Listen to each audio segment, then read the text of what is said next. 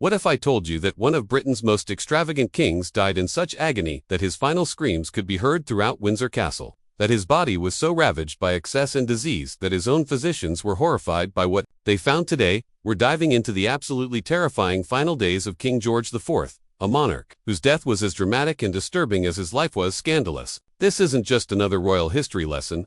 This is the story of a man who literally ate, drank, and indulged himself to death in the most horrific way imaginable. I'm your name. And if you're fascinated by the dark side of royal history, you're going to want to hit that subscribe button and ring the notification bell, because we're about to uncover one of the most gruesome royal deaths in British history. To understand just how terrifying George IV's final days were, we need to understand the man himself.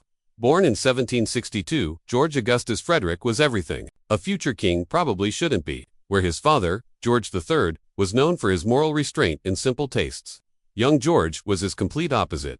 This was a man who spent the equivalent of millions of dollars on a single dinner party, a man who had secret wives, countless mistresses, and an appetite for luxury that would make modern billionaires blush. By the time he became Prince Regent in 1811, he was already notorious throughout Europe for his excesses. Picture this, a man so obsessed with fashion that he would spend hours getting dressed.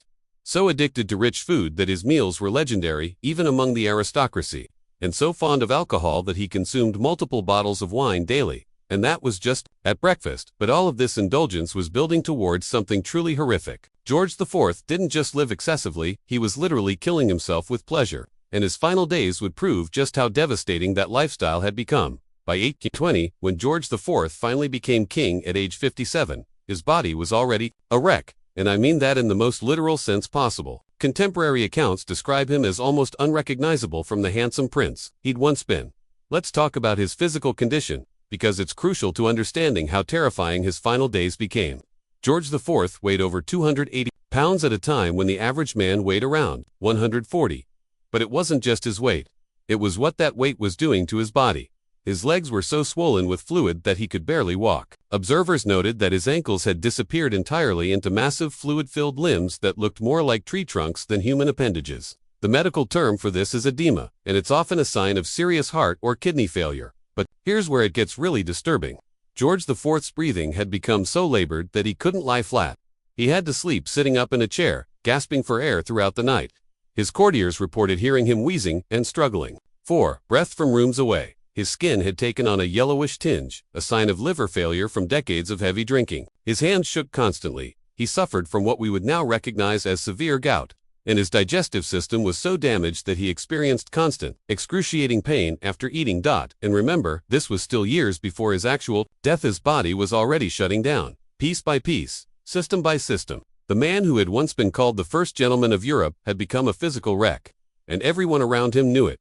But the physical decline was only half the story. What made George IV's final years truly terrifying was watching his mind begin to crumble. Alongside his body, those closest to the king began to notice disturbing changes in his behavior. Around 1828, the man who had once been famous for his wit and charm was becoming increasingly paranoid, violent, and unpredictable. He began to suspect that everyone around him was plotting against him. His servants, his ministers, even his physicians. George IV was convinced they were all part of some vast conspiracy. He would fly into terrifying rages at the slightest provocation, screaming accusations at people who had served him faithfully for years. But perhaps most disturbing of all were the delusions. George IV began to believe that he had personally fought at the Battle of Waterloo. He would regale visitors with detailed accounts of his heroic actions on the battlefield, complete with vivid descriptions of combat that existed only in his deteriorating mind. He claimed to have led cavalry charges, to have personally defeated French officers in single combat, and to have been wounded in the service of his country. The problem: George IV had never been within 100 miles of any battlefield.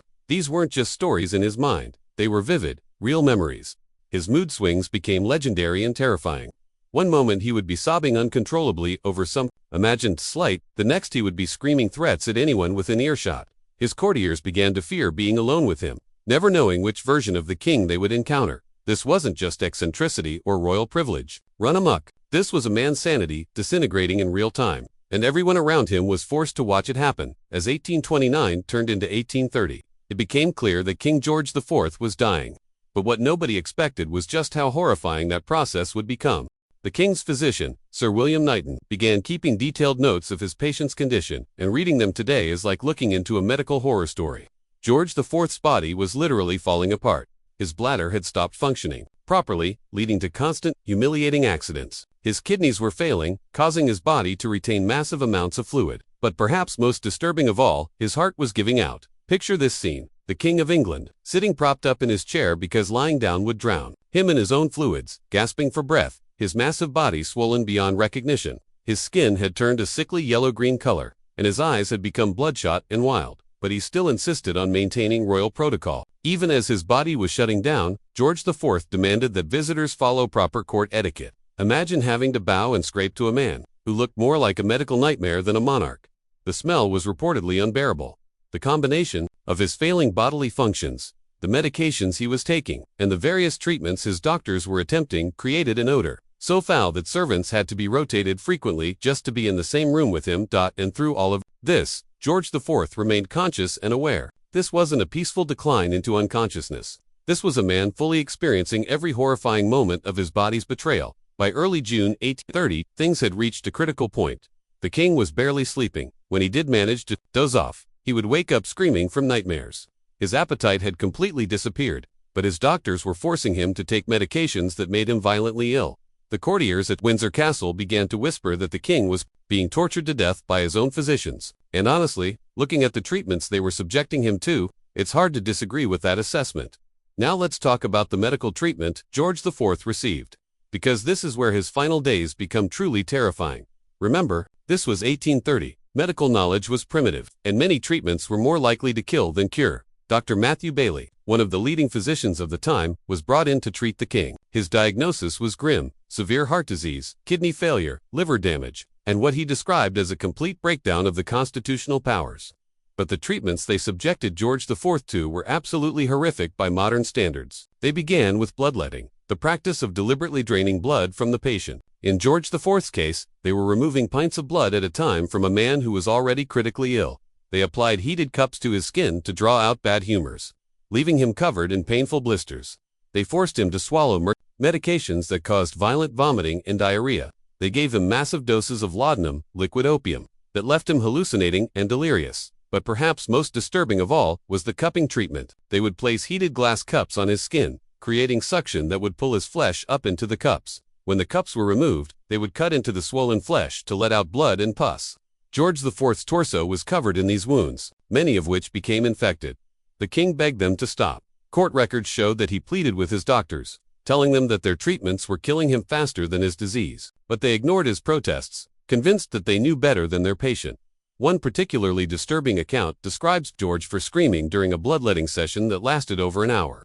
The physicians had to hold him down while they drained what they estimated to be nearly 2 pints of blood from his already weakened body. And here's the truly horrifying part.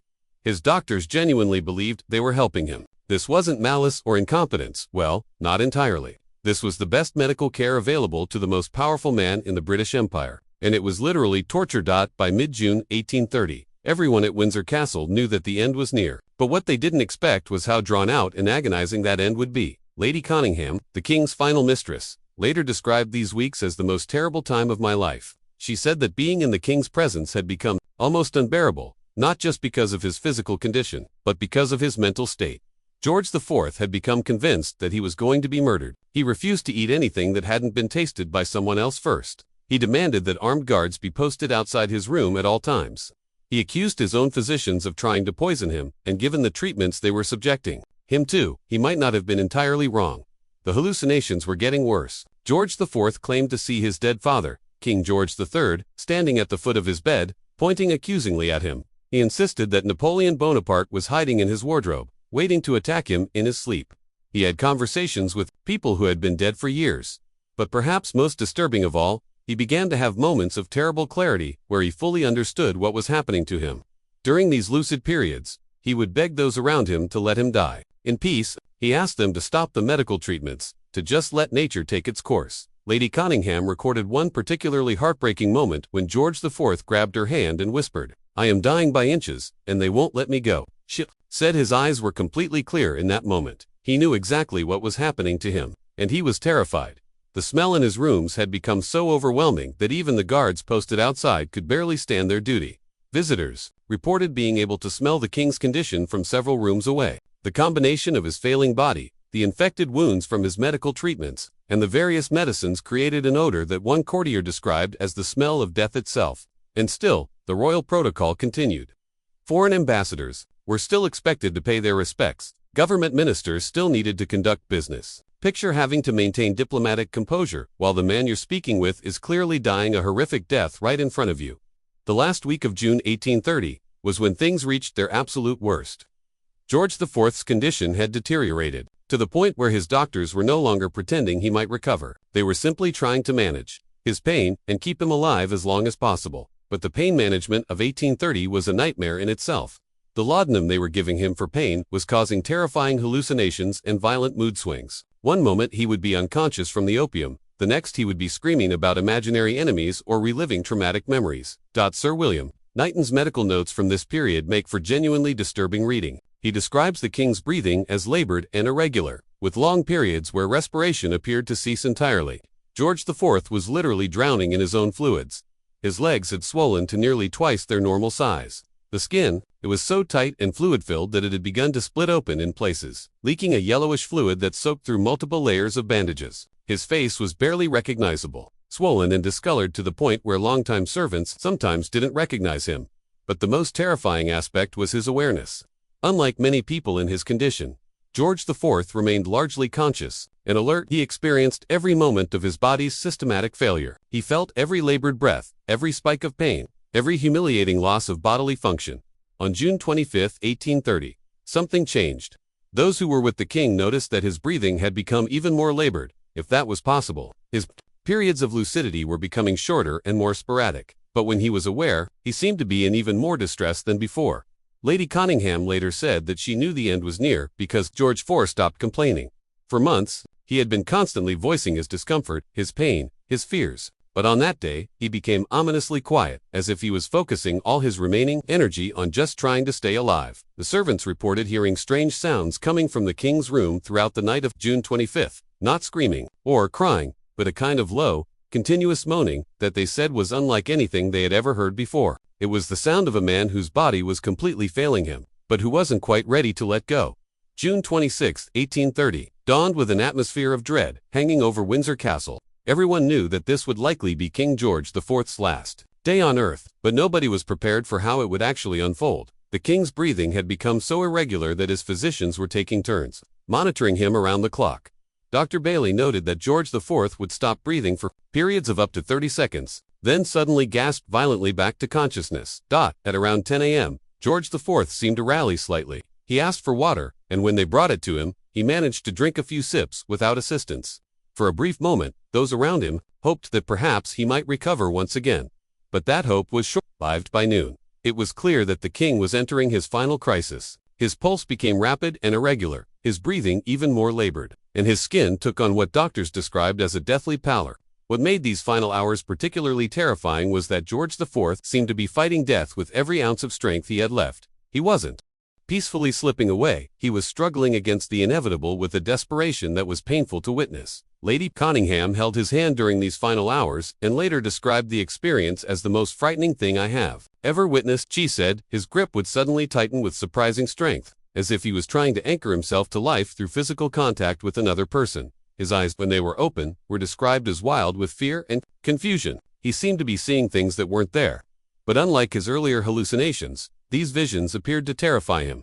He would stare at empty corners of the room with an expression of absolute horror. At around 2 p.m., George IV spoke his final coherent words. According to Sir William Knighton, who was present, the king looked directly at him and said, "Good God, what is this?" His voice was barely a whisper, but the words were clear. Those were the last words King George IV would ever speak. What followed was nearly 2 hours of the most distressing death struggle anyone present had ever witnessed. What happened in George IV's final 2 hours was so disturbing that several witnesses refused to discuss it for years afterward. This wasn't a peaceful royal death, this was a medical horror show that haunted everyone who witnessed it. At approximately 2:15 p.m. on June 26, 1830, King George IV entered what doctors call the death rattle, the distinctive breathing pattern that occurs when someone is actively dying. But in George IV's case, this process was prolonged and exceptionally violent. His breathing became a series of harsh, gasping sounds that could be heard throughout the castle. Servants later reported that the sound was so disturbing they had to leave their posts because they couldn't concentrate on their duties. But George IV wasn't unconscious during this process. His eyes were open, and those present said he appeared to be in a state of absolute terror. His face was contorted in an expression of fear and confusion that was almost impossible to look at. Dr. Bailey noted that the king's body was going through violent convulsions. His limbs would suddenly jerk and spasm, his back would arch off the bed, and his hands would clench and unclench repeatedly. These weren't gentle, peaceful movements, they were the violent struggles of a body fighting against death. Dramatic pause at 3:15 p.m. There was a moment of terrible stillness.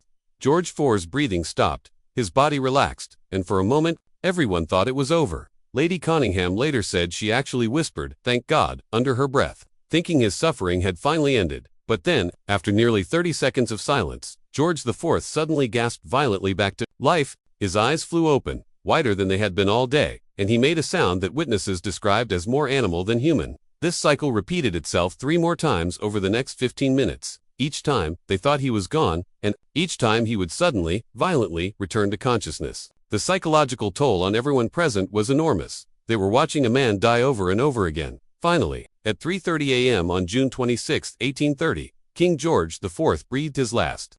But even then, his death wasn't peaceful. His final breath was described as a harsh, rattling gasp, and his face remained frozen in that expression of terror and confusion. The room fell into a silence that Dr. Bailey described as the most profound and disturbing quiet I have ever experienced. You might think that George IV's suffering ended with his death, but the horror story wasn't quite over yet. What his physicians discovered when they performed the autopsy revealed just how extensively his lifestyle had destroyed his body. The official autopsy report, conducted by Dr. Matthew Bailey, reads like a catalogue of medical disasters. George IV's heart was massively enlarged, nearly twice the size it should have been. His liver was so damaged by decades of heavy drinking that it was described as barely functional. His kidneys showed extensive scarring and damage. But perhaps, most shocking of all, was the state of his digestive system. Years of overeating and rich food had literally destroyed his stomach and intestines. The autopsy revealed that his stomach was enormously distended and contained over 2 gallons of undigested food and fluid. His lungs were filled with fluid, confirming that he had essentially been drowning in his own body fluids for months. The amount of fluid they found in his chest cavity was so extensive that it's amazing he was able to breathe at all during his final weeks. Dr. Bailey concluded that George IV had been suffering from multiple organ failure for at least 2 years before his death. In other words, he had been slowly dying for years, fully conscious and aware of his body's systematic breakdown. The news of George IV's death was met with mixed reactions throughout Britain. While people respected the monarchy, many felt that the king had brought his suffering upon himself through his excessive lifestyle. The newspapers of the day were surprisingly blunt about the cause of his death, essentially saying he had eaten and drunk himself to death. But for those who witnessed his final days, the memory was traumatic. Several servants requested transfers to other royal households, saying they couldn't bear to continue working at Windsor Castle after what they had seen. The death of King George stands as one of the most horrifying examples of how extreme indulgence can literally destroy a human being. This wasn't just a case of someone dying from excess. This was a prolonged, agonizing demonstration of what happens when a lifestyle of unlimited pleasure meets the reality of human biology. What makes George IV's story so particularly disturbing is that it was entirely preventable. His physicians had been warning him for years about the consequences of his lifestyle. He had multiple opportunities to change course, to moderate his habits, to potentially avoid the horrific death that awaited him. But perhaps the most terrifying aspect of his final days was how aware he was of what was happening to him. This wasn't a man slipping peacefully into unconsciousness. This was someone experiencing every moment of his body's systematic failure, fighting against death with desperate terror until the very end. George IV's death serves as a stark reminder that no amount of wealth, power, or privilege can protect you from the consequences of your choices. The man who once said, "I shall be the most magnificent king who ever lived," died alone, in agony and in terror. His story forces us to confront some uncomfortable questions about excess, responsibility, and the price we pay for our indulgences. In an age where we're constantly bombarded with messages about living life to the fullest and indulging our desires, George IV's terrifying final days remind us that there are limits, and crossing them can lead to consequences more horrible than we can imagine. The next time you think about pushing those limits, remember King George IV, gasping for breath in that chair at Windsor Castle, surrounded by the smell of his own decay, fighting against a death that was as terrifying as it was inevitable. If this story fascinated and horrified you as much as it did me, make sure to hit that like button and subscribe for more dark tales from royal history. Let me know in the comments what other royal horror stories you'd like me to cover. Trust me, George IV wasn't the only monarch whose death was stranger than fiction. Until next time, remember, history's darkest stories often teach us the most important lessons about being human.